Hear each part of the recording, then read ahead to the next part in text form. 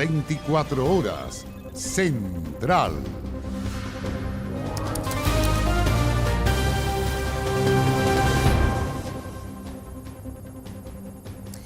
Muy buenas noches, bienvenidos, bienvenidas a las noticias. 15 saqueos se concretaron ayer en el país durante el aniversario del estallido social, pero esos fueron los que se concretaron porque hubo otros 45 intentos, según dijo la ministra del Interior. Claro, lo más increíble es que hoy continuaron los saqueos. Claro, hoy, en Puente Alto, durante la tarde, más de 100 personas ingresaron, de hecho, a un supermercado mayorista que ayer ya había sido saqueado. Yesenia Yamet tiene toda la información en directo, la saludamos de inmediato. Yesenia, ¿cómo te va? Buenas noches, ¿qué tal? Buenas noches, Connie. Buenas noches, Iván. Ustedes lo decían, el día de ayer fuimos testigos de diferentes saqueos e intentos de saqueo. Esto hoy se vuelve a repetir en la comuna de Puente Alto. Esto fue en el supermercado Albi, un supermercado mayorista ubicado en la calle Eizaguirre. Esto es la población Bajos de Mena. Esta fue una situación que se provocó cerca de las 4 de la tarde, cuando un grupo aproximado de 100 personas llega hasta este supermercado. Lo que habría pasado es que vecinos se habrían acercado en horas de la mañana hacia el supermercado a preguntar si la merma de lo que había quedado de vestigios en el patio de este supermercado, en el estacionamiento, podía ser entregado a los vecinos, algo que se había producido durante el 18 de octubre del año 2019. Cuando entraban a saquear, lo que quedaba se le entregaba a los vecinos. Desde el supermercado, lo que nos comentaban algunos testigos es que habrían dicho que sí, que esto iba a pasar, que se les iba a entregar esta merma. Cuando llegan acá los vecinos, se les dice que no, que esta información no es así, que eso no va a ocurrir. Se empieza a generar una molestia e ingresan por un acceso, por una puerta que estaba abierta, una parte de la reja que se encontraba abierta desde el día de ayer, y comienzan a sacar la merma que se encontraba ahí. ¿Qué es lo que pasa? Se empieza a dar el aviso que esto está ocurriendo, empiezan a llegar más personas y es ahí cuando un camión de la empresa que se encontraba al interior en ese momento sale y una turba aprovecha esa instancia para ingresar a las dependencias del supermercado y se van por el costado, rompen un latón de seguridad que se encontraba ahí e ingresan nuevamente al supermercado que, como ustedes bien lo decían, ya había sido saqueado durante la jornada de ayer. Desde ahí fueron más de 100 personas que ingresaron. Se concreta este saqueo que Carabineros nos decía duró aproximadamente 7 minutos hasta que personal de ECOP llega hasta este lugar y logran la detención de 2 personas, de 2 mujeres que fueron sorprendidas saliendo de este supermercado con mercadería. Pasemos a escuchar ahora lo que se dijo en horas de esta mañana desde la Cámara de Comercio, quienes condenaron los saqueos ocurridos durante este 18 de octubre. La gente entraba, sacaba las cosas y se iba. Pero ya con este antecedente comenzó a llegar más gente y cuando se abre este portón que ustedes están viendo atrás de ustedes, sale un camión y ahí ya entra una turba de aproximadamente 80 personas. Hay gente que efectivamente se organiza. A mí me parece que, y lo que hemos podido investigar, hay crimen organizado. El crimen no necesariamente tiene que ver con la muerte de personas, sino que hay crimen organizado. Y que además se protege convocando a un montón de otra gente adicional, ¿no es cierto?, para cubrir sus hechos. Bueno, ahí lo escuchábamos, crimen organizado, parte de las declaraciones que se decían y también, como lo mencionábamos, esta turba de personas, entre 80 y 100 personas que ingresaron a saquear este supermercado. A esta hora los disturbios continúan alrededor de este lugar, de la calle Eizaguirre. Vimos al personal de Carabineros actuar también en horas de la tarde debido al lanzamiento de piedras y esto continúa ocurriendo a esta hora. Vamos a quedar atentos a lo que continúa ocurriendo acá en Puente Alto para ampliar con cualquier información al respecto. Connie, Iván. Bien, Yesenia, quedamos atentos a tu llamado y estamos contigo en cualquier instante si así la información lo amerita. Buenas noches, muchas gracias. Buenas noches. Bueno, sin duda, Puente Alto se convirtió en el epicentro de los saqueos durante la noche del martes. Se registraron 5 robos en masa que afectaron, entre otros establecimientos, a supermercados y a una centenaria farmacia. Bueno, frente a esto, el alcalde Germán Codina criticó la tardanza de Carabineros y el gobierno se comprometió con dotar de más recursos a la policía de esta comuna.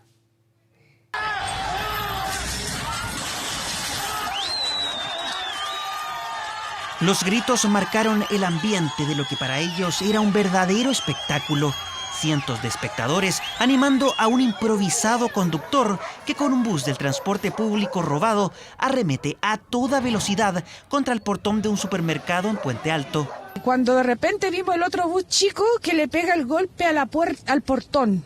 Y con ese no lo reventaron, quedó como en pana la micro.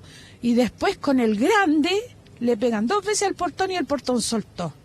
¡Oh, van a meter la micro para adentro! ¡Oh! ¡Oh! Tras el robo de 2 buses, así entraron a la mampara de acceso al supermercado. Personal de la Unidad de Control del Orden Público de Carabineros llegó hasta el lugar para dispersar a la turba. Un saqueo que generó indignación entre los vecinos. Aquí faltaba una cosa, venía a comprar. Ya, ahora tenemos que ir a Puente, pagar locomoción, todo, que a veces uno no tiene plata para locomoción. Este es el numerito que se mandan los viejos, los cabros que no tienen ni idea de lo que pasa. Entonces perjudican ¿a quién?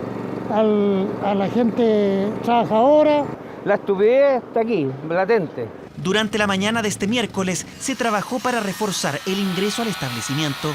En paralelo, funcionarios municipales levantaron escombros y piedras en Avenida Eizaguirre. Durante la noche, cerca de 80 personas ingresaron a una bodega de Coca-Cola, mientras que en Avenida Gabriela, desconocidos botaron un muro perimetral para robar al interior de otro supermercado. Estuvieron con combos, tratando de romper eso. Era planificado. Mi mamá me estaba contando recién que había esta gente con silla de ruedas. Había una persona que dirigía la situación. A pasos de la plaza de Puente Alto ocurrió uno de los incidentes que más llamó la atención. Decenas de personas irrumpieron en la farmacia Estrella, local con 100 años de historia y el primero de este tipo en la comuna. Esto es familiar y trabajan, hay empleados que ya han trabajando muchos años, que también han surgido ellos aquí y su familia. Entonces, por eso te digo, detrás de este tipo de saqueo, más que lo que es lo económico, que es duro, lo más duro es la historia. Las vitrinas quedaron completamente destruidas y la administración todavía evalúa los daños a este histórico inmueble. Como somos antiguos, venimos siempre acá, a esta farmacia. Lamentable. Ella siempre tenía esa prioridad para la gente que era de más escasos recursos, siempre ella le hacía una rebaja y todo eso. Pero muy lamentable lo que pasó. Y lamentablemente la policía no llega. Carabineros no hace una labor preventiva, no hace un apoyo a la ciudadanía. El alcalde de Puente Alto, Germán Codina, criticó el dispositivo de seguridad implementado por Carabineros. Aseguró que no había efectivos policiales cuando se iniciaron los primeros disturbios en la comuna. A mí lo que me indigna y me molesta es que tanto que se llenan la boca hablando de equidad y de igualdad, resulta que tuvieron que esperar que amainara un poco la situación en Ñuñoa y Plaza Italia para mandar Carabineros a Puente Alto. ¿Y de qué equidad estamos hablando? ¿Por qué nuestro sector de la ciudad no está primero?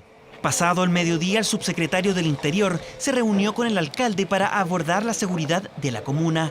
El gobierno se comprometió a analizar una nueva estrategia y anunció 15 nuevos vehículos policiales para mejorar el despliegue de Carabineros. Nos hemos comprometido a recibir al alcalde en La Moneda para poder acordar recursos que permitan contribuir a algo que nos parece indispensable, la recuperación de los espacios públicos del centro de la comuna de Puente Alto.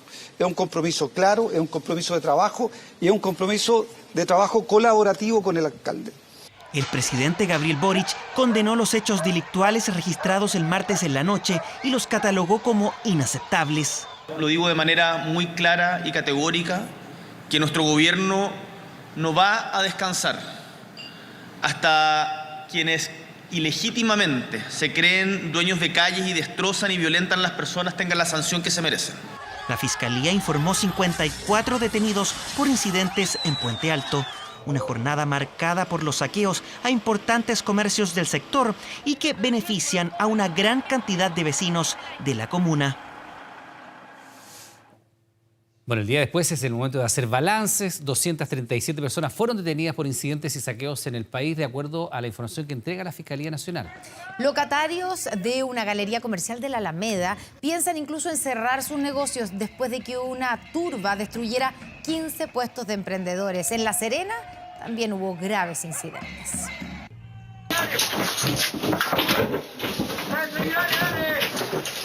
Se robaron todo lo que teníamos en la vitrina, que recién la habíamos modificado para tener ahí las mejores velitas, los minerales, habíamos traído libros y todo eso se lo llevaron en 2 segundos.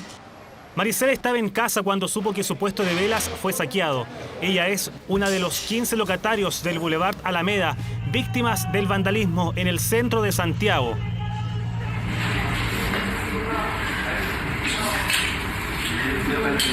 Los que nos quedamos, los que estuvimos acá, les pegaron. A unos chicos les pegaron con fierro, entonces se vio de todo, muy choqueante todo y una violencia que yo nunca había visto. Los saqueos y destrozos marcaron los 3 años del aniversario del inicio del estallido social. Pérdidas millonarias para emprendedores que ahora piensan seriamente en dejar su negocio.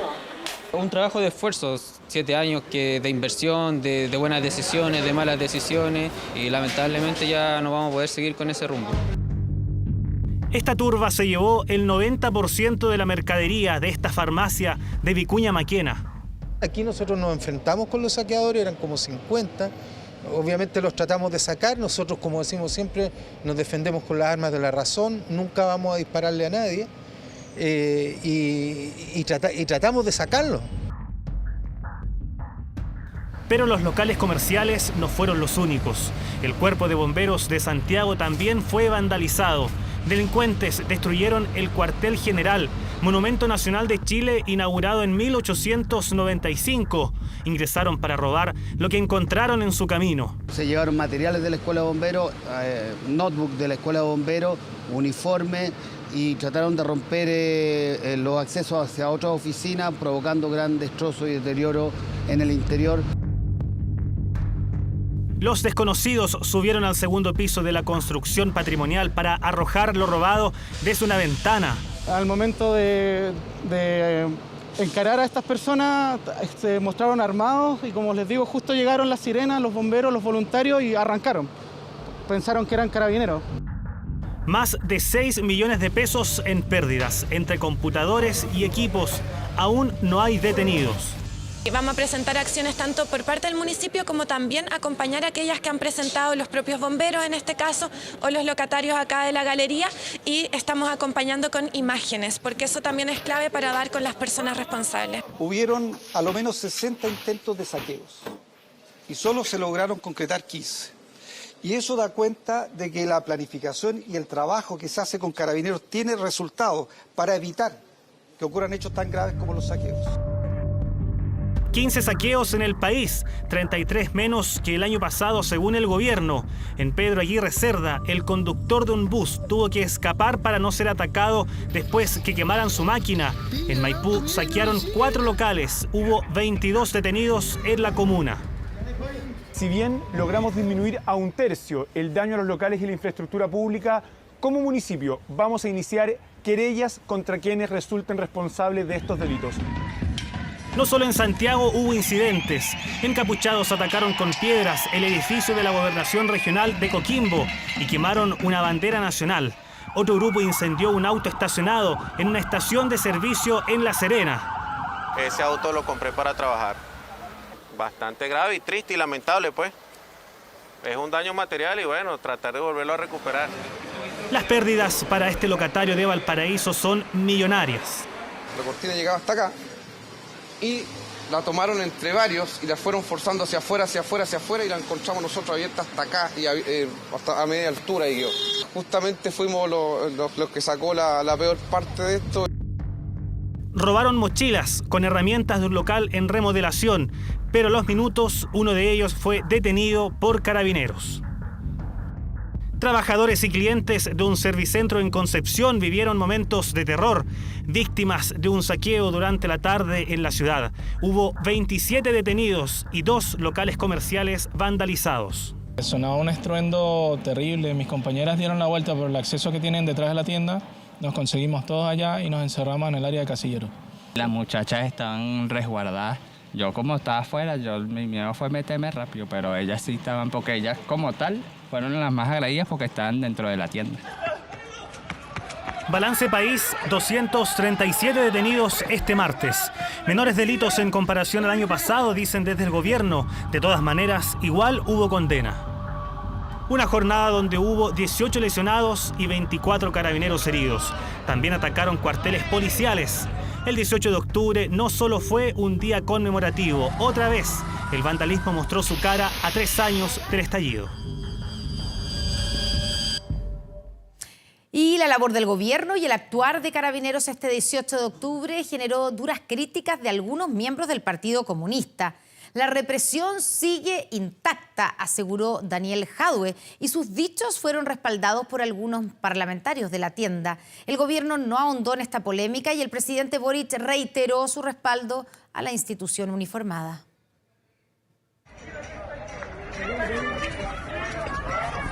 Este fue el video que el alcalde Daniel Jadwe subió a sus redes sociales y que acompañó con el siguiente mensaje.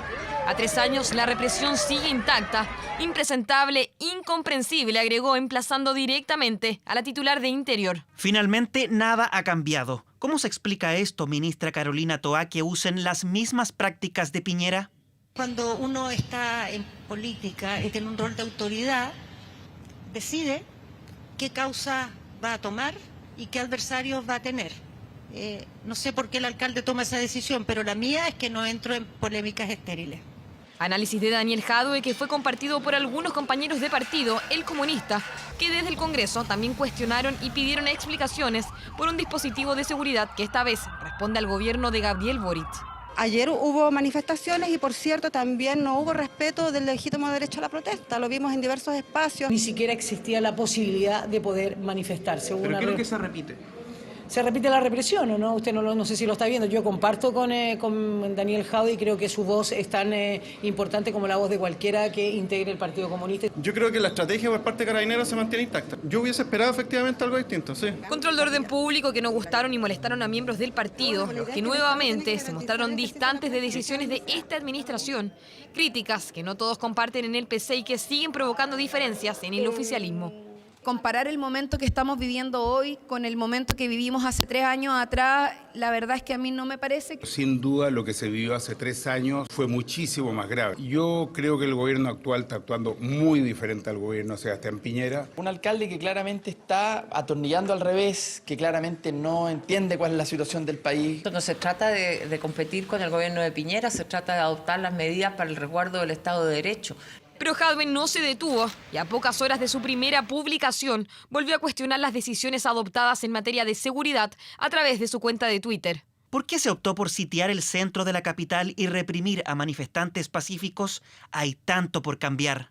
Horas antes de esa frase, el mandatario le habló a quienes aún cuestionan el respaldo del gobierno a la institución policial. Quiero ser muy claro y explícito. Carabineros tiene no solamente todo nuestro respeto, sino todo nuestro respaldo para el resguardo del orden público y para el combate frontal a la delincuencia. Y en esto no hay doble estándar. Palabras del presidente Boric en la apertura del Encuentro Nacional del Agro 2022, en donde además anunció que en las próximas semanas viajará a la Araucanía. Porque la seguridad es prioritaria, han dicho en el gobierno, lo que debe reflejarse en acciones, aseguran los críticos. Algunos de ellos exigen más mano dura y más atribuciones a Carabineros. Yo lo que pido es que se modifique la fórmula para que puedan usar su armamento y usar y correr bala cuando haya que correrla. Hay mucha verborrea en relación a lo que la gente quiere escuchar, pero pocas acciones. Creo que se ha dado instrucciones bastante eficientes a Carabineros. Se ha también comprometido entrega de recursos por parte tanto de prevención del delito como del Ministerio del Interior propiamente tal. Debate por seguridad que complica al gobierno, y no solo porque la oposición exige mayores medidas, también porque desde un partido de gobierno, lo que divide al oficialismo, surgen cuestionamientos cuando éstas se adoptan. Y en una entrevista en Radio Universo, el ministro de Transporte confirmó que a inicios del próximo año subirá el valor del pasaje del transporte público. El sistema Red y el Metro tienen sus tarifas congeladas desde enero de 2019 con el estallido social de por medio. Como digo, el alza es oficial desde que se emite la publicación al diario oficial. La rabia. Pero tú lo juntas 20 más 20 más 20, realmente se suma harto. Fue la última vez que subió el precio del transporte público. Transcurría enero del 2019 y el panel de expertos anunciaba un alza de 20 pesos en el pasaje del Metro y del Transantiago. Desde ahí, con estallido social de por medio, las tarifas se han mantenido congeladas en los 700 pesos para el sistema Red y los 720 en promedio para el Metro, algo que podría cambiar en los próximos meses. Va a subir en enero o febrero seguramente, y insisto, va a ser un valor que va a estar entre medio de mantener atelada y la inflación. Un descongelamiento gradual de las tarifas es lo que propone el gobierno. O sea, a inicios del próximo año se esperan alzas en los pasajes, aunque por debajo de la inflación. Una noticia que generó reacciones diversas entre los usuarios. No es el momento económico, a nadie le parecería tener un aumento en el pasaje. Hay impuestos ahí en los cuales se podría reducir y no la gente tener que estar pagando esa cantidad de plata. Si no ha subido en tanto tiempo, no cuesta nada que suba un poco más. Pues. Esto es público, el metro es público. No debería subir un precio, sino que mantenerlo en el mismo valor hasta cuando pase esta crisis. 4 años sin reajuste también es comprensible.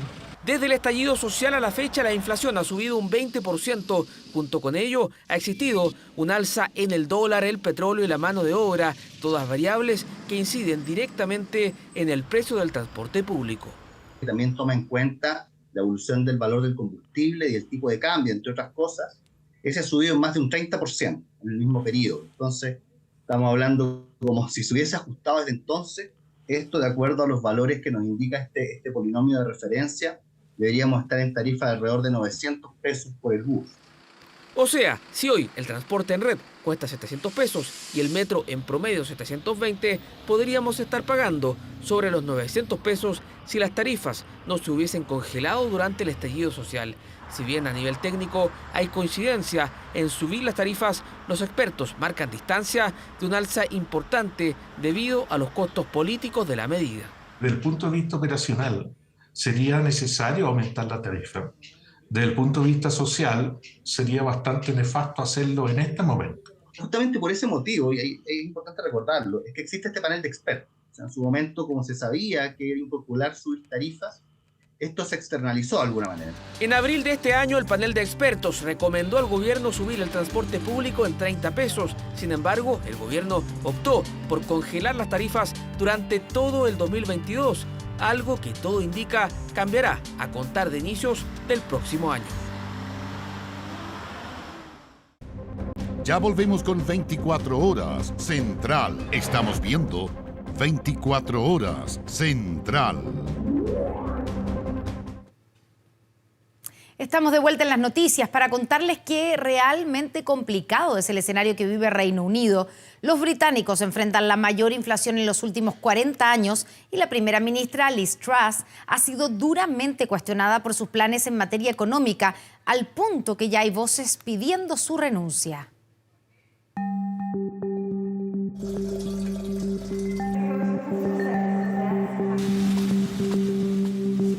En este punto se siente como una causa perdida. Es bastante deprimente, caótico, cuando realmente piensas en las repercusiones. Pensamiento que se replica en miles de ciudadanos británicos que ven cómo el país enfrenta la mayor inflación en las últimas 4 décadas y que llegó al 10,1% anual el mes pasado. Sin ir más lejos, los precios de los alimentos aumentaron un 14,6% de enero a septiembre, causando un serio daño al bolsillo de los británicos. Según datos de la Oficina Nacional de Estadísticas de Reino Unido, en lo que va del año, la leche aumentó un 42%, la harina un 29,6%, la mantequilla un 28%, el aceite de oliva un 27,2% y el queso un 24,3%. Creo que mi gran pregunta es, ¿cuál es el punto del Partido Conservador en este momento? Ya sabes, normalmente es el partido de la estabilidad económica, pero en este momento ha perdido credibilidad. Porque además del aumento del precio de los alimentos, los británicos también luchan con el alza de la energía y el transporte. Los trabajadores tendrán que pagar 500 libras más al mes en sus hipotecas. ¿Y cuál es la respuesta de la primera ministra? Decir que lo siente. ¿Qué cree que pensará y dirá la gente? Está bien, no me importa la ruina financiera. Al menos se disculpó. Declaraciones que apuntan a las reiteradas disculpas de la actual primera ministra británica Liz Truss, quien ve cómo la economía del país se complica y cómo desde la oposición aumentan las peticiones de renuncia. Señor portavoz, soy una luchadora, no alguien que renuncie. He actuado en interés nacional para asegurarme que tengamos estabilidad económica. Mientras los ciudadanos británicos están perdiendo la paciencia. Ella ha cometido una gran cantidad de errores. Fue increíblemente ingenua al pensar que podía dar todo el apoyo energético y aún así reducir los impuestos. Creo que debería renunciar, pero la gente cree que tal vez es mejor que no lo haga, porque se produciría más caos. Está creando un gran lío. Me preocupo por él, mi nieto, por el mundo que ella está creando y que todos han creado. Es un desastre tras otro. Ella tiene que cambiar y mejorar todo. Pero además, Liz Truss enfrenta un creciente descontento dentro de su partido, con versiones incluso de una posible moción de censura en su contra, sumado a la renuncia de su ministra del Interior. Días complicados para la primera ministra que, pese a que aún no cumple 2 meses como premier, ya está tratando de sobrevivir en su cargo. Llega a nuestro país, diputados de gobierno están extremando los recursos para que el polémico TPP-11 no sea ratificado. Promovido por un senador independiente, parlamentarios oficialistas firmaron un requerimiento para que el Tribunal Constitucional anule su tramitación. Yo exijo un mínimo de rigurosidad para no confundir a la ciudadanía, para no confundir a quienes particularmente hemos votado fuerte y claro no al TPP. Mensaje directo a sus compañeros de coalición porque nuevamente el TPP-11 divide al oficialismo. Minutos antes, en privado, el propio senador Durresti ya les había advertido a sus socios que no correspondía llevar el polémico tratado al Tribunal Constitucional. Los argumentos: el primero, que va al fondo, es porque se debe apoyar y no entorpecer la estrategia del gobierno que por ahora espera las negociaciones con el resto de los países. Y el segundo, que apunta a la forma, que es porque a su juicio el plazo venció. Sin embargo, la acción igual se realizó y con la complicidad de diputados de gobierno, el senador independiente Karim Bianchi logró las 42 firmas para llegar al TC.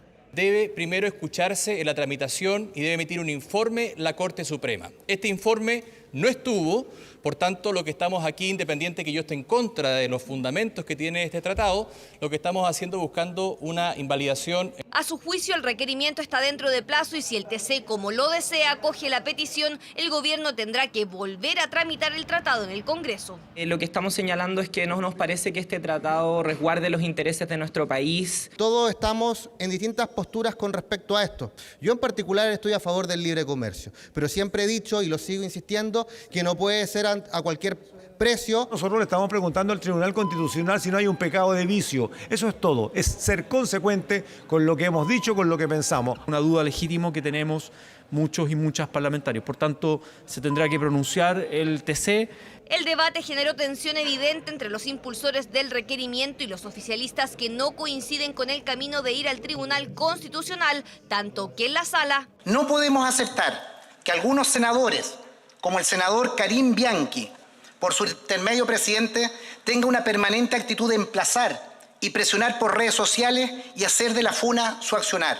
Yo no me puedo hacer cargo de funas o no en redes sociales porque no tengo el dominio de que la gente pueda o no opinar respecto de lo que uno hace o no hace. Diferencias por el TPP-11 y por la forma de conseguir los apoyos para acudir al TC. El senador Bianchi no logró las firmas en el Senado y por eso lo presentó con el apoyo de los diputados. El día miércoles la Cámara de Diputados envió el oficio, dando cuenta de la aprobación por parte del Congreso Nacional. Por tanto, desde ese día se cuenta el plazo. El plazo, por tanto, ya venció y se me envió un WhatsApp para firmar un requerimiento con un plazo vencido. faltó seriedad en el requerimiento, acusan en el oficialismo, aunque según los promotores de el tiempo vence el miércoles. Ahora será el propio TC el que defina si es o no admisible el reclamo por el TPP. Acá tenemos un problema que las dos almas del gobierno en esta materia entran en una colisión muy profunda. Que él junta las firmas entre personas que apoyan al gobierno, del Frente Amplio, del Partido Comunista, que además han puesto en cuestión el Tribunal Constitucional. Entonces se produce un doble fenómeno. Por una parte legitiman al Tribunal Constitucional y por otra parte hacen uso de la institucionalidad. El gobierno aseguró que será el TC quien defina el futuro del requerimiento, un tratado internacional que está a la espera de las negociaciones que lidera el Ejecutivo antes de ser promulgado. Estamos viendo 24 horas Central. De vuelta en las noticias, en el último informe sobre la canasta básica de alimentos, el 90% de los productos sufrieron alzas. Sin embargo, uno de ellos es el que más llama la atención. ¿Saben cuál es? La margarina. Su precio se ha disparado en más de un 30% en el último año. Abriendo la margarina, vamos a hacer cuchillo, luego margarina y podemos disfrutar. Un clásico que hasta cuenta con tutoriales en YouTube. El pan con margarina es un infaltable en cientos de hogares, sin embargo... Pan con margarina es un lujo. Y como no, si la margarina no ha parado de subir en el último año, de hecho su alza en 12 meses supera el 30%, lo que se ha transformado en otro golpe más para el bolsillo de los chilenos. Sí, se ha subido harto a la comparación de antes. Al subir la margarina ya la gente no va a poder consumirla tampoco. Porque la margarina se ocupa para los postres, se ocupa para calidad de cosas. Es un producto que sacia a un montón de gente en la mañana, ¿cierto? El pan tostado con margarina, entonces claro que afecta en los bolsillos. En promedio, según datos de ODEPA, el valor de una margarina de 500 gramos es de 2.268 pesos. Un precio que Mario, locatario de la Vega Central, nos cuenta, ha hecho que las personas cambien de marca o coticen más que antes. De la más cara ha cambiado a la más económica. Cotiza, oye, voy y vengo, se da vuelta y después vuelve y compra la margarina. Antes, no sé, se cambia cada 3 meses el precio, cada 4 meses. Ahora cada 2 semanas vamos cambiando los precios. Pero, ¿qué ingredientes tiene la margarina que la ha llevado a esta alza? Es un aceite que se le ha hecho ciertas transformaciones para que a temperatura ambiente pueda estar de forma sólida o mantecosa. Tiene agua, sal y dependiendo del tipo de margarina que se trate, puede tener incluso leche, puede tener adición de vitaminas. Componentes que jugarían un rol clave en su alza.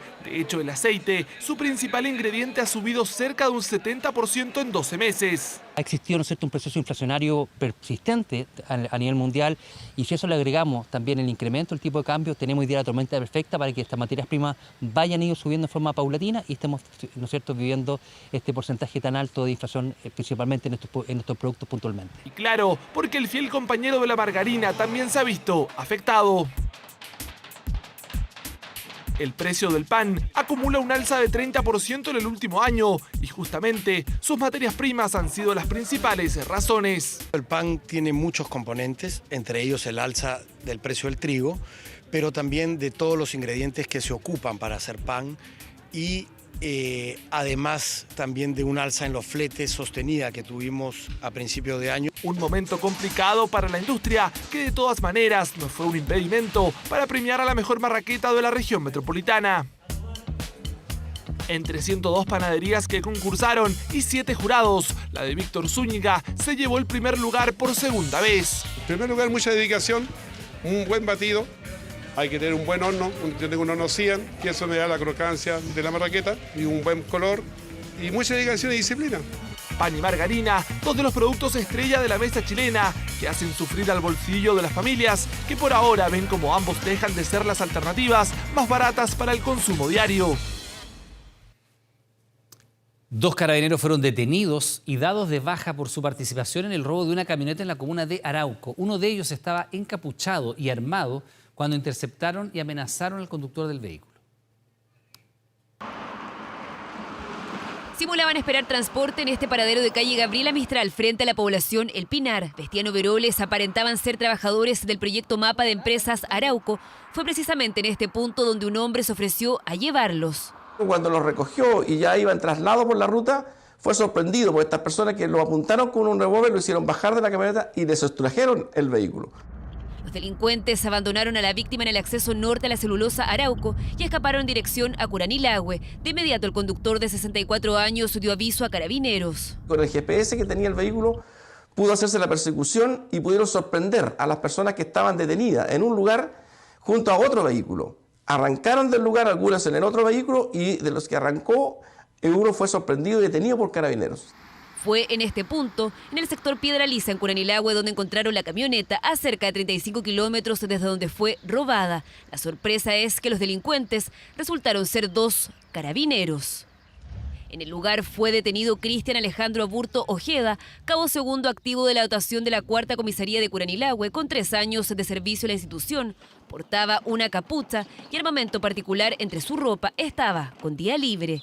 Los demás se dieron a la fuga, pero fue alcanzado un segundo involucrado, Diony Cuevas Rebolledo, también cabo segundo de la 4ª Comisaría de la comuna, con 6 años de servicio y quien se encontraba con licencia médica. Para ser expulsados, insisto, expulsados inmediatamente de la institución por faltar a la ley y la doctrina institucional. Estos funcionarios estaban ya con una investigación interna. Uno de ellos había sido transferido porque había elementos de sospecha que hacía que estuviera siendo investigado. Un robo con intimidación perpetrado por 2 carabineros que prestaban servicio en Curanilahue, en una comuna de la macrozona sur marcada por los hechos de violencia. Un delito que cometieron cerca de las 8 de la mañana de este miércoles y que de inmediato generó reacciones y encendió la alerta. No es posible que los encargados de la seguridad de la ciudadanía sean parte de bandas organizadas que operan en la provincia de Arauco. Si no estamos atentos a la corrupción al interior de las instituciones públicas, obviamente que se dificulta enfrentar este crimen organizado. La institución de Carabineros debe mantener su respeto y su prestigio frente a la ciudadanía. Y estas 2 personas le han hecho un daño muy grande, pero la institución debe separarse de esto. Un hecho que generó preocupación e indignación en Curanilahue. Quedamos todos sorprendidos porque lo que pasa en Curanilahue ya pasa de todo límite. ¿Qué respeto le vamos a tener más hacia los carabineros? ¿Qué? Fueron detenidos por sus propios compañeros de institución. Por sus pares, los 2 cometieron el delito siendo funcionarios activos. Los ahora ex carabineros pasarán este jueves audiencia de control de detención ante el Juzgado de Garantía de Arauco. Y a través de una resolución, la Contraloría General aseguró que no correspondió que en marzo de este año se denominara al gabinete Primera Dama como Gabinete Irina Caramanos.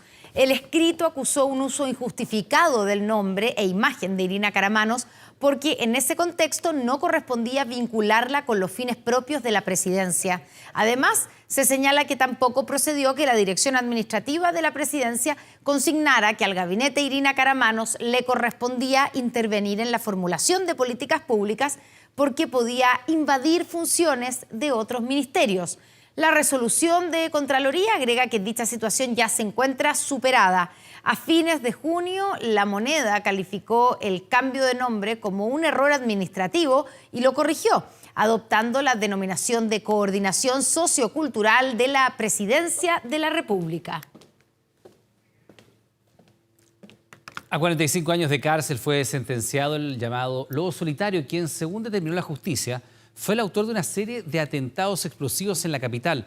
Entre quienes fueron blancos de sus bombas se encuentran el expresidente de Codelco, Óscar Landerreche, y un grupo de transeúntes que esperaba la locomoción en un paradero cercano a la Plaza Baquedano.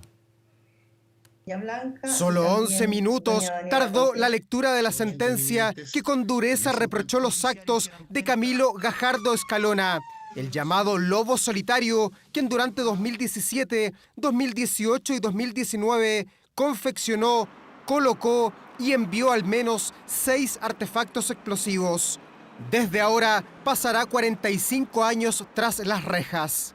Se condena a Camilo Eduardo Gajardo Escalona como autor de 2 delitos frustrados de homicidio calificado. Uno en la persona de Óscar Landerreche Moreno y el otro en la persona de Rolando Torres Parra.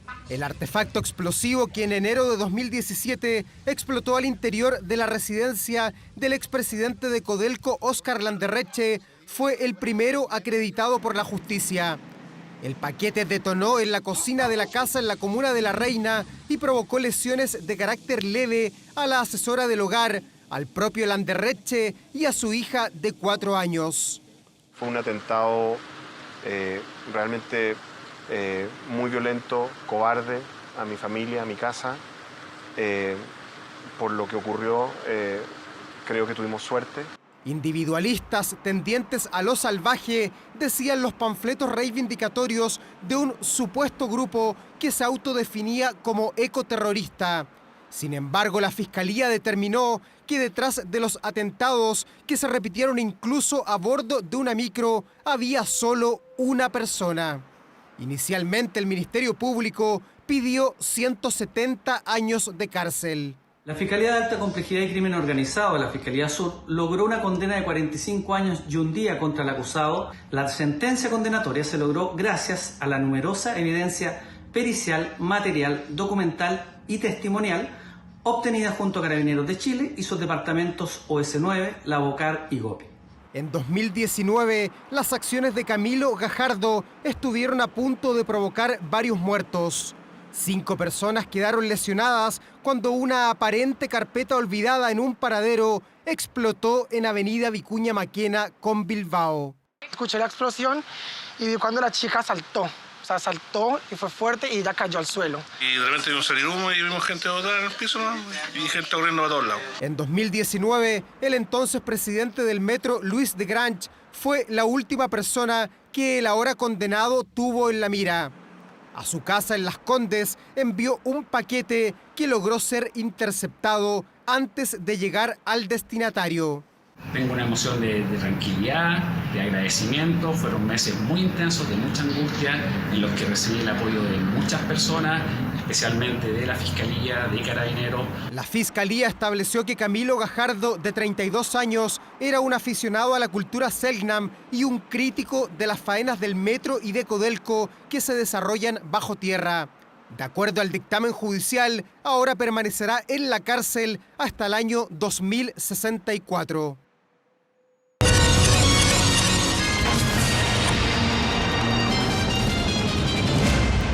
La cifra es dolorosa y vergonzante. Fíjese que solo este año 31 mujeres han sido víctimas de femicidio en Chile, según el registro del CERNAMEC.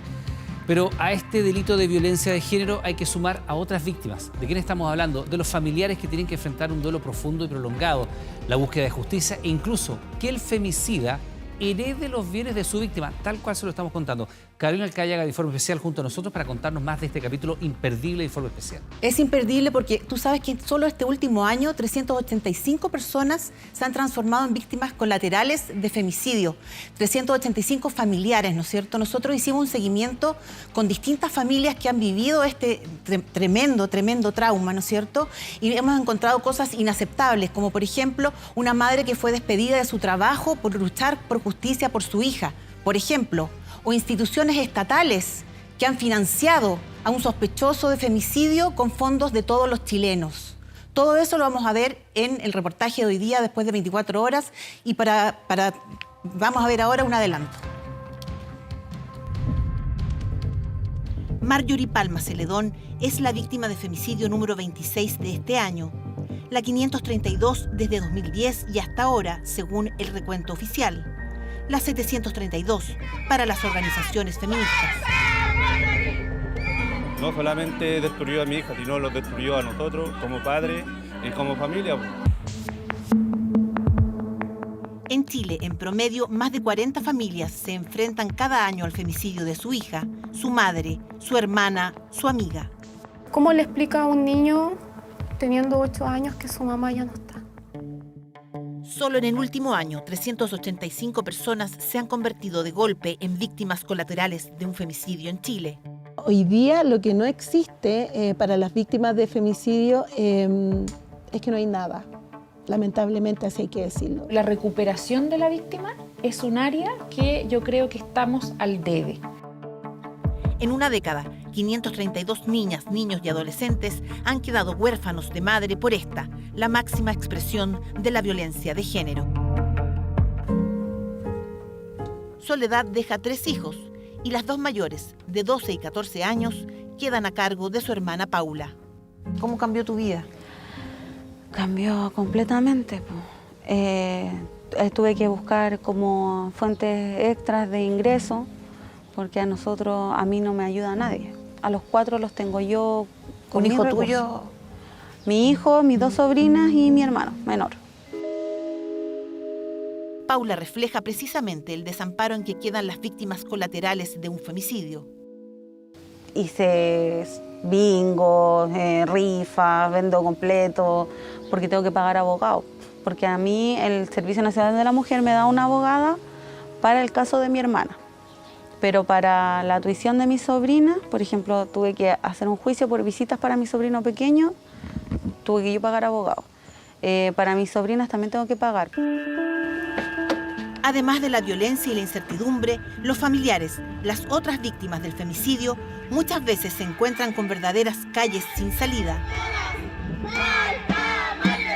Acusan que deben enfrentar a la falta de empatía y más aún a instituciones estatales que les cierran sus puertas a pesar de tener el deber de asesorarlas y asistirlas. No avanzaba nada. Imagínese 1 año, 8 meses.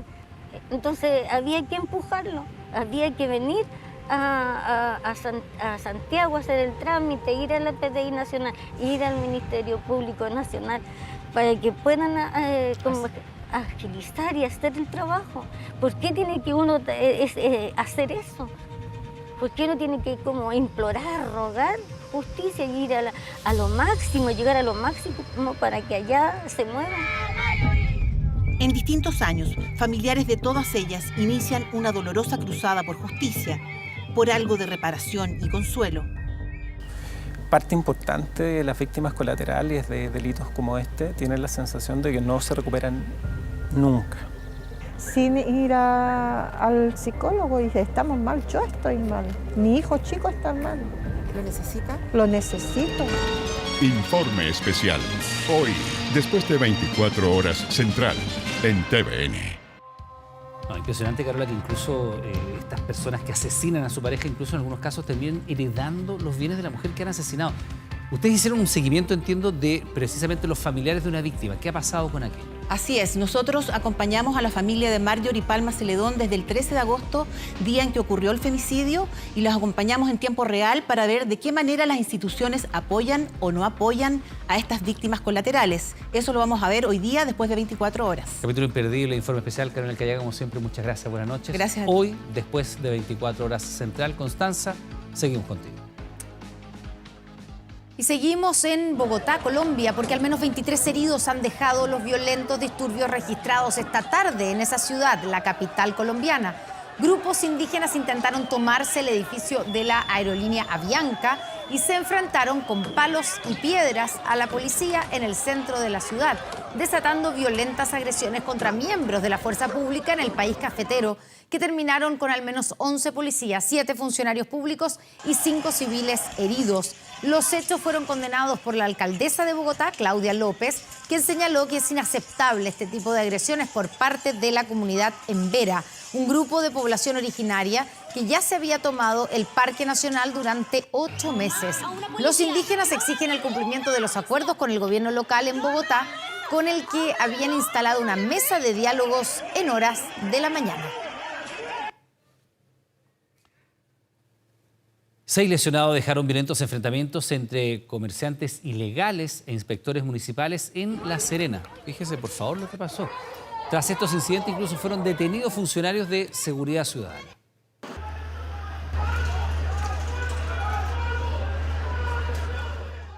Eran más. Y al final los municipales salieron perdiendo, los patearon, los golpearon. Por un lado, vendedores ilegales. En el otro, seguridad municipal de La Serena. ¡Ay, weón! ¿No puedo salir de acá? Sí, ya. ¡Ay! ¿Me puedo cubrir aquí? Varios son los registros. Los ataques a los inspectores que realizaban una fiscalización ocurrieron cerca de mediodía cuando transitaban vecinos y turistas. Estaba peligroso para salir a la calle. Que echaran a los ambulantes está muy bien, porque ahí vendían droga, vendían todo. Violentas agresiones a personal municipal que que terminó con 8 detenidos. Lo insólito, 4 de ellos inspectores municipales. Fue un error de procedimiento lo que hicieron. Se equivocó, no debería de haber sido. Igual uno pasó susto porque la situación que se vio y aparte que había muchos niños chicos en la calle.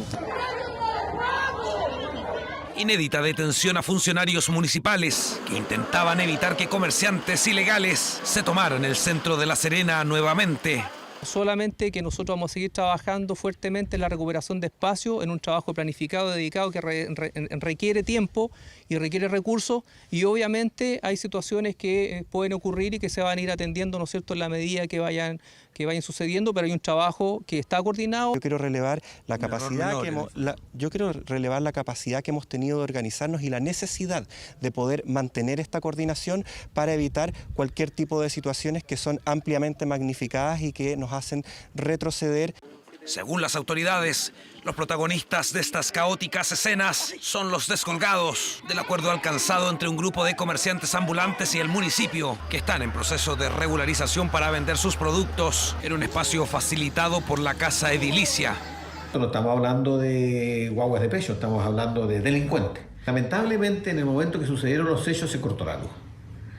Tuvo aproximadamente 2 horas cortar la luz y por lo tanto no hay registro en las cámaras. ¿Se podría explicar la detención de los inspectores municipales toda vez que existe una necesidad de determinar las responsabilidades individuales de quienes participaron en estos actos?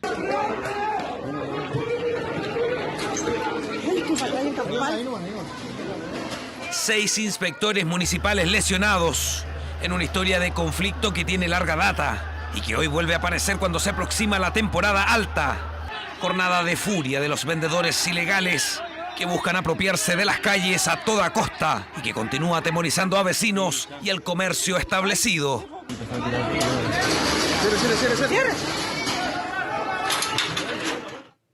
Faltan segundos para las 22 horas. Les recordamos que a partir de este momento, Televisión Nacional de Chile está autorizada a transmitir programas para mayores de 18 años. Si usted tiene redes sociales, probablemente se habrá dado cuenta de que hay embajadora nueva de Estados Unidos en nuestro país, Bernadette Meehan, quien realizó esta tarde su primera conferencia de prensa. Claro, desde que presentó sus cartas credenciales a fines del mes pasado e hizo una alerta, ya que se refirió al programa de visa waiver en Chile, asegurando que existe preocupación por quienes viajan a delinquir. Escuchemos. Es único para Chile es lo que es la prevención de viajes de personas que pueden significar viajes, digamos, ilegales, del tipo ilegal. Y esto es un tema que está concitando mucha atención en los Estados Unidos y por lo tanto mucha preocupación. ¿Cómo podemos detener que la gente quiera usar este programa para realmente arruinar a otros y hacer desplazamientos ilegales, por decirlo así? Esto es parte de la conversación con el gobierno chileno hace 2 semanas. La traducción que hace, que no es literal, exactamente, y se escapa un término bien importante que dice la embajadora. La embajadora habla de bandas de delincuentes, o sea, bandas que van a delinquir a otros países, y que eso sería la principal preocupación digamos, en torno a Chile para la visa waiver, para mantener la visa waiver. Sí, ahora hay otra preocupación y tiene que ver con un impasse diplomático. También se refirió, por supuesto, a esto. Me estaba refiriendo al impasse entre el presidente Boric con el embajador de Israel, Gil Artzeli. Claro, asegurando que la situación los decepcionó, pero ya estaría superada. Escuchemos. Nosotros somos muy estrechamente asociados con el Medio Oriente. Por supuesto, estuvimos muy desilusionados con lo que pasó, que justamente el embajador no pudo presentar sus credenciales, pero el mismo día que yo presenté la misma, finalmente el embajador pudo hacer lo propio. Se dio vuelta a la página para poder reforzar las relaciones bilaterales. Yo comentaba al principio esto de las redes sociales porque ella es muy activa, se ha mostrado saliendo, el otro día publicada, saliendo de Santiago por primera vez, iba en la carretera, se paró en una estación de servicio, pero ha hecho puntos bien importantes sobre política exterior de Estados Unidos.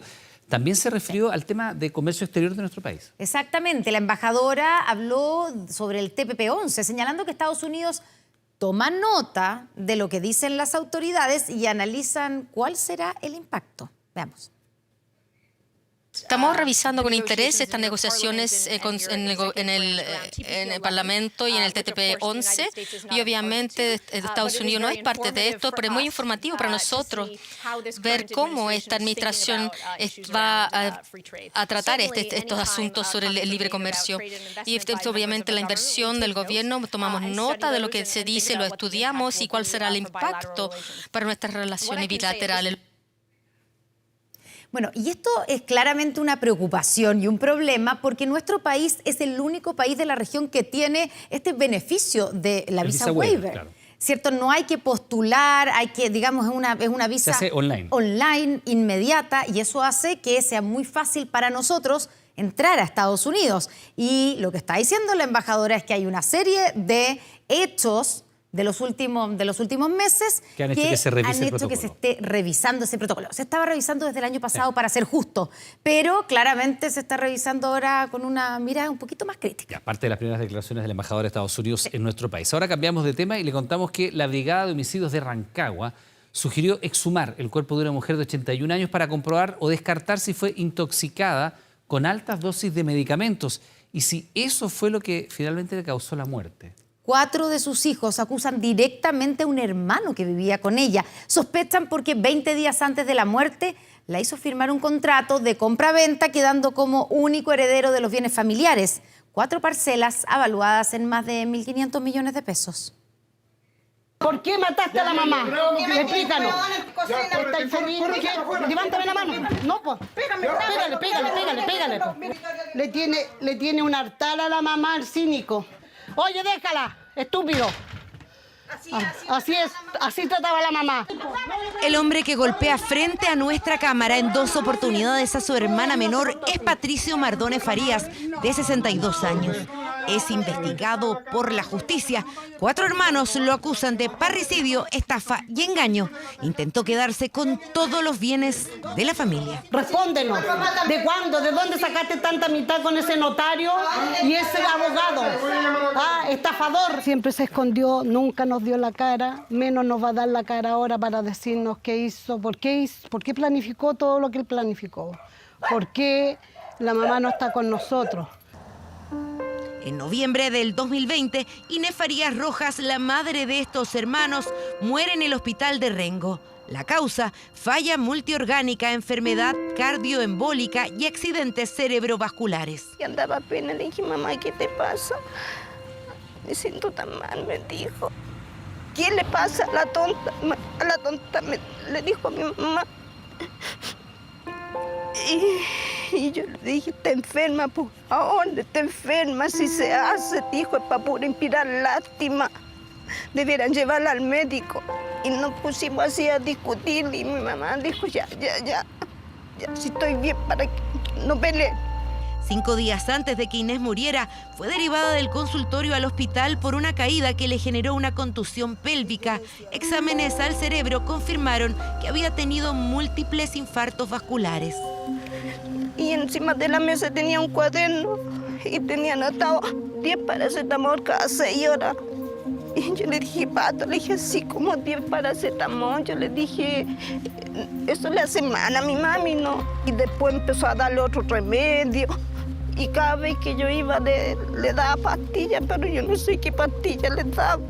Estos 4 hermanos están esperando que la Fiscalía ordene la exhumación del cuerpo de su madre, como lo instruyó la Brigada de Homicidios de Rancagua en abril pasado, para realizar pruebas toxicológicas a fin de determinar la cantidad de paracetamol que quedó en su cuerpo.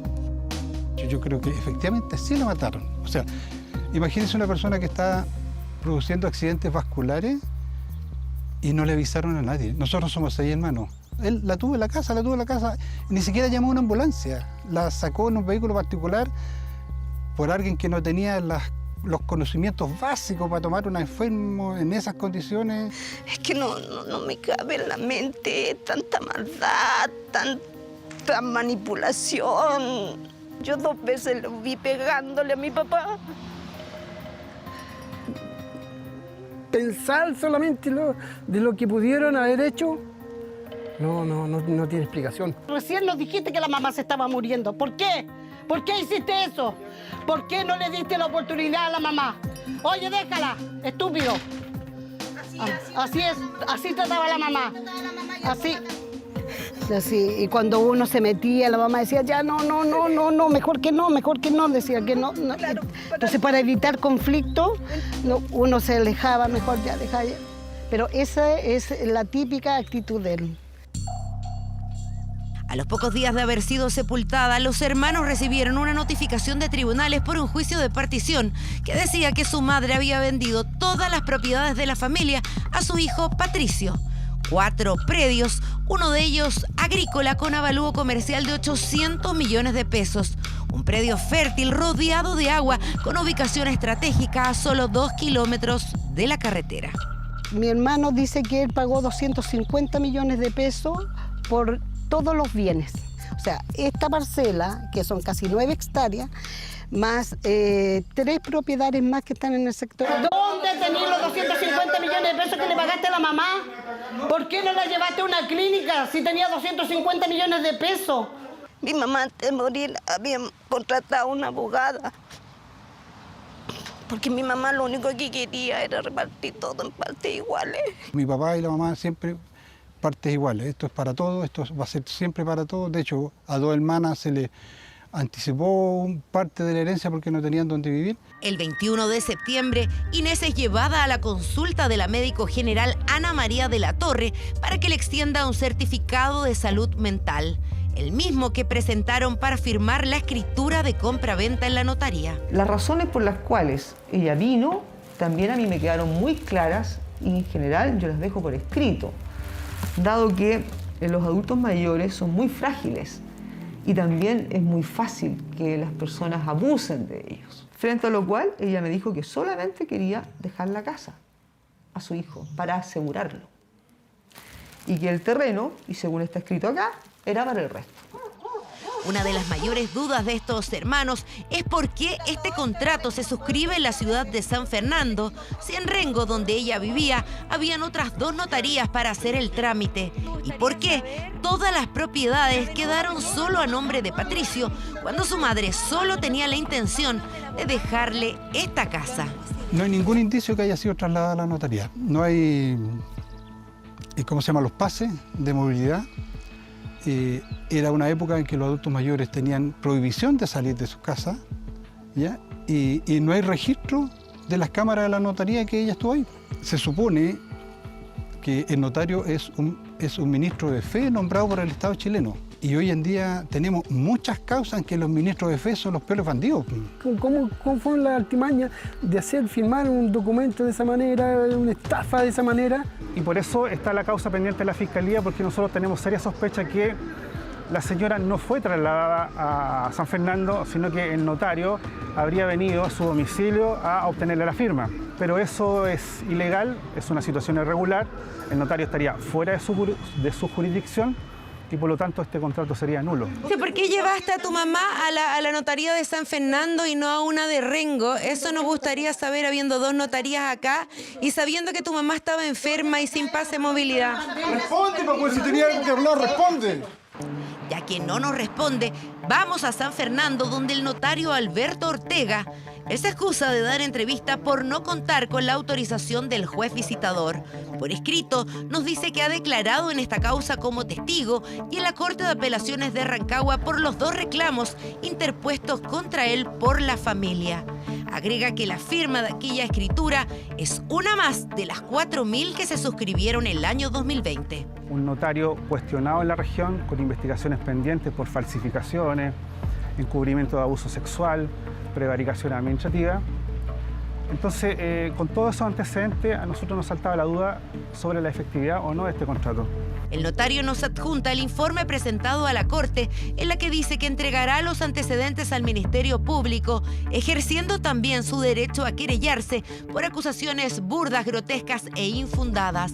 Agrega que la escritura fue encargada por el abogado Víctor Beltrán. Es de acá de Rengo, es un abogado que es de público conocimiento, que él ha estado involucrado en problemas judiciales, igual que el notario Ortega de San Fernando. Ellos han estado involucrados, por ejemplo, el juez que se suicidó en Rancagua es de la misma red. Y hemos conocido otros casos donde el modo operandi es el mismo. Se busca gente vulnerable, propiedades de mucho valor, se engaña a la gente y, bueno, se sabe que el negocio en definitiva es otro. Adquirir la propiedad y después lotearla o venderla a un precio mucho mayor. En Rengo encontramos otras familias que acusan haber sido estafadas por el abogado Víctor Beltrán. Isabel reclama que él y su vecina inscribieron irregularmente la casa que ella compró el 31 de diciembre del 2018, propiedad por la que pagó 15 millones de pesos en efectivo y al contado, según aparece en esta escritura pública. En el contrato quedó estipulado que ella pagaría las contribuciones, se puso al día y cuando fue a inscribir la propiedad se llevó la sorpresa de su vida al ver que la casa había sido inscrita por otras personas. Y ahí se entera de que este caballero había prestado servicio y él había hecho el trámite de nuevamente la compra, como le digo, con el mismo notario, en la misma notaría. Correcto. Pero va a ser engaño porque al caballero le dijeron que iban a levantar una pandereta y que le iban a pedir autorización. Me tiene enferma de los nervios porque me amenazan, me hacen tirar a los muros, me meten gente para adentro. Me rayan. El dueño murió en junio del 2020. Isabel siente que perdió los ahorros de toda su vida. Acusa que ha reclamado a la justicia, pero nunca la han tomado en cuenta. Cada día ya no sé, no tengo ganas de vivir, no me dan ganas de trabajar. He reclamado, he puesto varias constancias, varias denuncias, nunca han venido, nunca me han llamado. Fuimos donde la vecina que inscribió la casa que compró Isabel. Ella también nos muestra su escritura y la inscripción de la propiedad. Esta la compré yo en el 2019 y la escritura la firmé en el conservador y en bienes raíces y en el notaría. ¿Cuánto pagó por esa propiedad? Esto pagué 1,5 millones. Es lo que me pidió el dueño porque cada persona es dueño de vender. Cada persona es libre de vender y pedir la cantidad que quiera. Esta señora dice que compró y no le dio la plata en la notaría. Ya. Él dice que se la pagó anteriormente, mentira. Yo compro el 2018. ¿Cómo ella aparece con una propiedad comprada el 2019 si yo no le he vendido? Ella dice que nos tomamos la propiedad, pero ella sabe que nosotros compramos antes. De hecho, Carmen Gloria trabaja en la notaría. ¿Ya? Y Carmen Gloria, cuando la quiso contratar como abogada, le dijo, no puedes hacer eso porque esa propiedad ya fue vendida a la señora Isabel, la del restaurante. Y ella dijo, bueno, lo voy a hacer igual, y ahí contrató a Víctor Beltrán. En 2 oportunidades estuvimos en la oficina del abogado Víctor Beltrán para que nos respondiera por la denuncia de la señora Isabel y por las graves acusaciones de los hermanos Mardones. Quedó de llamarnos, pero ha pasado una semana y aún no tenemos respuesta. Así terminó mi mamá. Mi mamá, ustedes vieron la otra foto, una cara, una señora humilde, la convirtieron no sé en qué. ¿Por qué el abogado propone a su hijo como juez partidor? ¿Por qué el juez partidor viene con un tasador que venía con una wincha de medir esta parcela? Estos hermanos también se preguntan de dónde Patricio sacó los 250 millones de pesos para pagarle a su mamá. Jamás ha trabajado, él no tiene cotizaciones. Y según él se los pagó mi mamá y 10 días después mi mamá se murió y él no sabe lo que hizo con la plata. En abril del 2021, el primer juzgado de letras de Rengo resolvió que las propiedades inscritas a nombre de Patricio quedaron con una medida precautoria hasta que avance la investigación criminal. Y ahí está el problema, reclaman los hermanos y su abogado. Llevan 2 años de la ocurrencia de los hechos. La Fiscalía de Rengo, con todos los antecedentes, con todas las pruebas, todavía no formaliza a nadie. Hay hasta un informe de la Policía de Investigaciones donde se sugiere la exhumación del cuerpo. Y ese es un antecedente importante para ya haber tomado una decisión de formalizar a alguien. Por lo menos al imputado principal, que es don Patricio Mardones, y si tiene dudas más adelante, al notario y al abogado de Rengo. O sea, la investigación la PDI la ha hecho, pero el tribunal no responde. Y nosotros nos vimos metidos en este brollo y estamos perdiendo prácticamente toda nuestra herencia por eso. Pedimos entrevista al fiscal jefe de Rancagua. Hasta ahora no hemos obtenido respuesta. Patricio fue detenido por la agresión a su hermana. Al otro día quedó en libertad, formalizado por lesiones menos graves, solo con prohibición de acercarse a ella. En las otras causas aún no han visto ningún avance.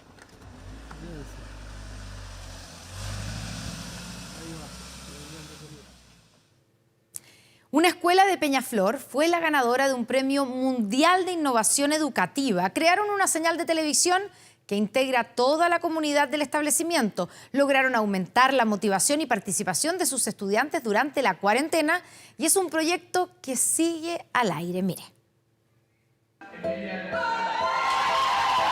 Es el sonido del triunfo, y no cualquiera, sino que de uno mundial. La escuela Emilia Lascar de Peñaflor fue galardonada como la institución más innovadora del mundo en los World's Best School Prizes. Este premio nos beneficia a todos como escuela y también como país, porque esto es un premio a nivel nacional. No todos los días se puede ganar a muchas escuelas del mundo, sobre todo a Japón y a Malasia. El premio fue el resultado del proyecto Emilia TV, un espacio de encuentro. Y en esta nota les vengo a hablar del autocuidado, no del coronavirus, sino de las personas malintencionadas que están en la calle. Este medio de comunicación surgió en plena cuarentena, en un diagnóstico socioemocional que hizo la escuela a 585 de sus estudiantes. Descubrieron que un 74,4% sentía aburrimiento, un 47% tristeza, un 44,5% rabia o enojo y un 26,9% soledad. Nuestros profesores, directora y todo el equipo docente buscó la manera de poder estar en contacto con nosotros, con nuestros hijos.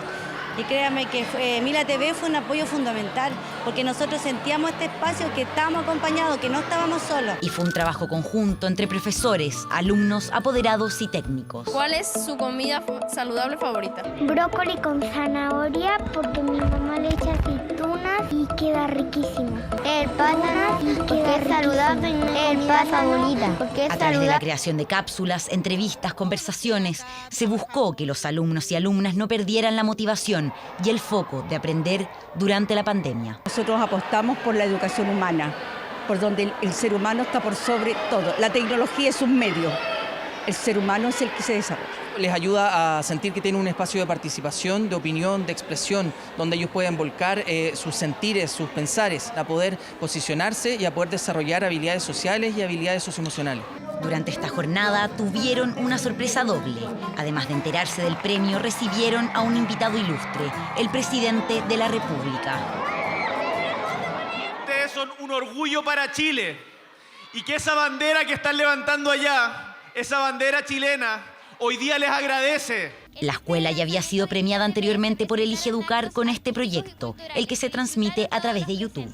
Lo que permite es visibilizar escuelas innovadoras y al mismo tiempo ser un ejemplo que motive e inspire a más establecimientos de todo Chile para poder atreverse a darle una vuelta al sentido de las prácticas educativas para lograr mejores aprendizajes, pasándolo bien, de manera divertida, dinámica y siendo los estudiantes protagonistas activos. Uno de los principales objetivos de Emilia TV es que sea un canal de expresión de emociones y opiniones.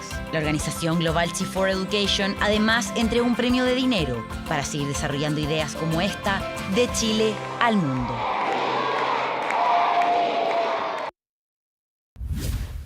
Con el auspicio de Powerade, Pausa is Power, presentamos 24 horas Deportes.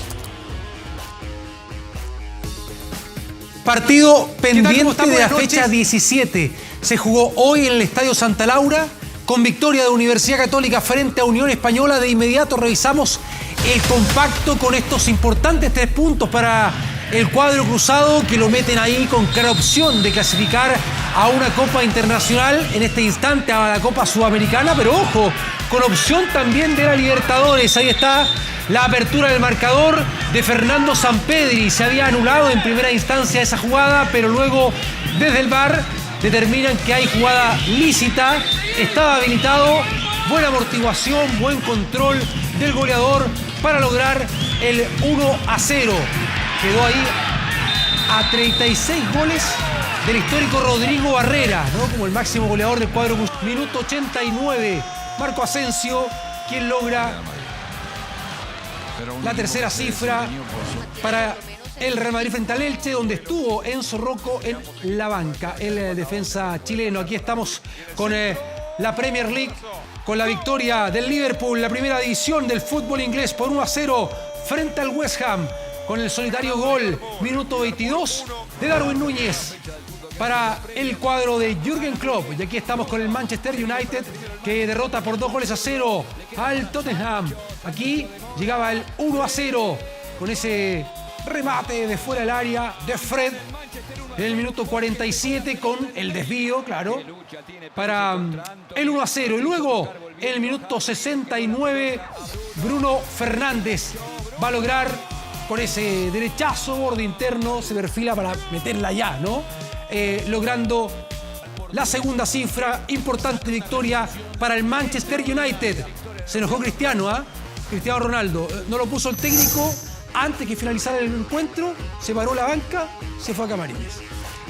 Sigamos el fútbol internacional, fútbol inglés. Ben Brereton, ayer veíamos un golazo del delantero chileno que juega la Championship, la segunda división en el Blackburn Rovers, que interesa a un grande, ¿sí? Con la posibilidad de emigrar del fútbol inglés al fútbol italiano, a la Serie A, la primera división, ni más ni menos que al campeón, el Milan, que dicen que está interesado el delantero chileno. Mira. ¿Dónde pierde izquierdo? Le pegaron un pase, ahora sí el zurdazo. ¡Golazo, golazo, golazo, golazo! ¡Golazo del chileno! ¡Golazo de Brereton Díaz! Hoy mostramos en cancha que somos un gran equipo. Todos estuvimos increíbles y esperamos seguir así. Ante Sunderland, Ben Brereton Díaz mostró todo su repertorio. Fue una definición brillante, me sorprendió. Me hubiera encantado haber marcado un gol como lo hizo Ben. La puso en el ángulo, la prendió hermoso, vaya zurdazo 1-0. Gol, juego asociado, velocidad y remates, prácticamente no se guardó nada. Un partido redondo para el 22 de los Rovers, que con actuaciones como esta ha puesto su nombre en el mercado de los grandes. Desde la Premier, España y Francia ya han cotizado la carta de quien hoy es el cuarto jugador más valioso de todo el Championship. Por eso y más, ahora un gigante europeo viene por él.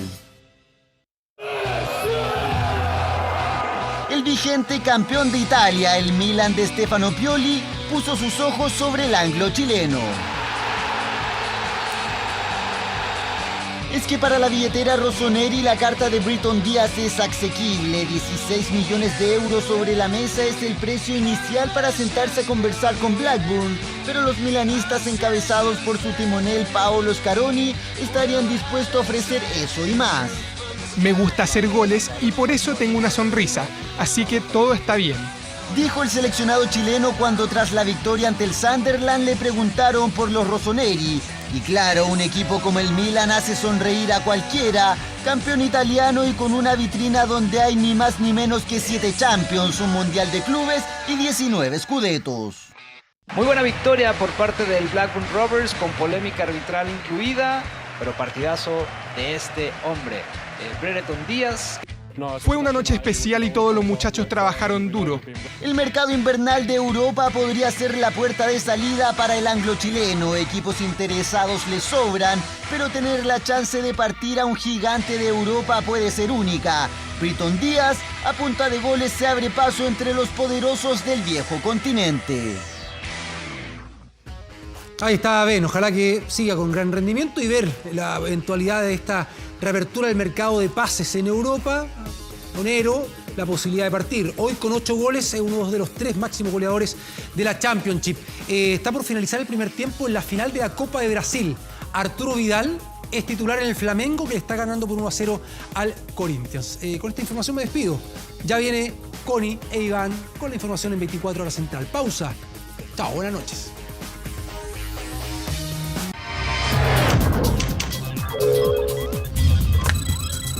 ...24horas.cl.